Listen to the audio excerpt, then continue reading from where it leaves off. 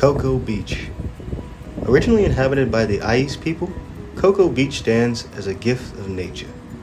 With a humid subtropical climate, hot and humid summers, warm, dry, and sunny winters, and daily thunderstorms, Cocoa Beach remains a near-tropical environment that offers unique experiences to anyone visiting.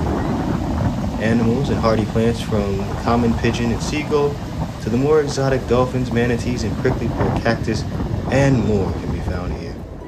So remains Cocoa Beach, an ecologically diverse city by the sea.